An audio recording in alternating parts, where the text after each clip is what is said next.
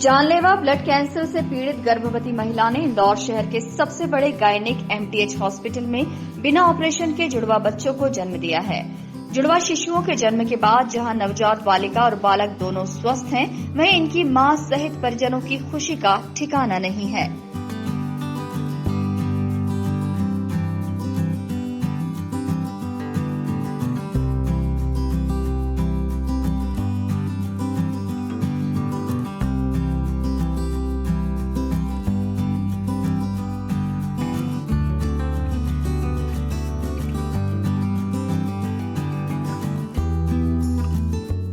दरअसल खरगोन के रहने वाले मजदूर परिवार की बहू चिंकी राठौर जानलेवा ब्लड कैंसर से पीड़ित है और इस दौरान वो गर्भवती हुई। इसके बावजूद परिवार ने बहू चिंकी से ब्लड कैंसर की बात छुपाई।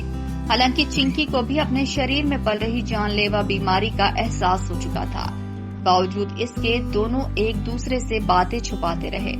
प्रसव पीड़ा होने के बाद जब चिंकी को खरगोन से इंदौर के एमटीएच अस्पताल में इलाज के लिए भर्ती किया गया तो कुशल डॉक्टरों की टीम ने इस जानलेवा बीमारी के बाद भी महिला का सफल प्रसव कराया। बिना ऑपरेशन के महिला ने जुड़वा बच्चों को जन्म दिया। जी मुझे तो कुछ पता ही नहीं था, शुरू से घर में किसी ने बताया ही नहीं कि मुझे ये बीमारी है, पर फिर भी मुझे पता था, इसलिए मैंने भी नहीं किसी को बताया। उन्होंने बताया, मैंने भी नहीं बताया, बस ऐसे ही चलता रहा और एंड तक मतलब पता चला तो प्रॉब्लम ही सॉल्व हो गई थी। जब तक मुझे तो अपनी चिंता थी ही नहीं, बस बच्चों की थी। बच्चे कैसे भी करके बाहर आ जाएं, स्वस्थ हो जाएं, बस यही दिक्कत थी। यही मैंने दिन रात प्रार्थना की भगवान से और आज मेरे सामने है दोनों बच्चे। डॉक्टर का पूरा सपोर्ट मिला, उनकी वजह से शायद मैं यहाँ पे खड़ी हूँ, बोल पा रही हूँ। धन्यवाद करूँगी सबको और मेरे मम्मी पापा को भी और भगवान को भी, जिन्होंने सबने साथ दिया है।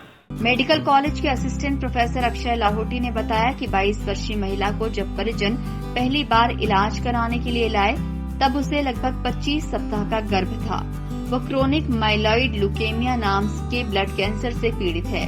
सुपर स्पेशलिटी हॉस्पिटल के डॉक्टर्स के सामने सबसे बड़ा चैलेंज ये था कि गर्भवती होने के चलते महिला के इलाज में न ज्यादा गर्म दवाइयां दे सकते थे, न ही कीमोथेरेपी या रेडिएशन से संबंधित किसी अन्य थेरेपी का इस्तेमाल कर सकते थे।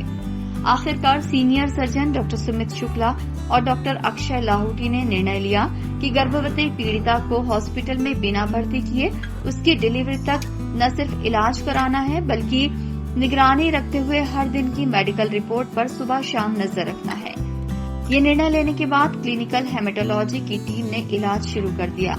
3 महीने तक चले सफल इलाज का सकारात्मक परिणाम तब सामने आया जब senior gynaecologist doctor Sumitra Yadav की निगरानी में गर्भवती महिला ने बिना ऑपरेशन के प्राकृतिक तरीके से स्वस्थ जुड़वा बालक बालिका को जन्म दिया।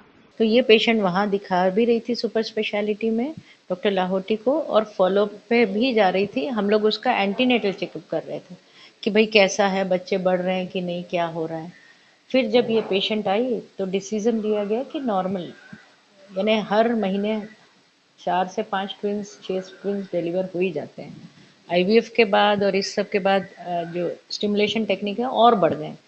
तो जब इसका लगा तो हमने सोचा, देख के ऐसा लगा कि इसका नॉर्मल, एज कम है इसकी, फिर भी हमें लगा कि नॉर्मल हो सकता है।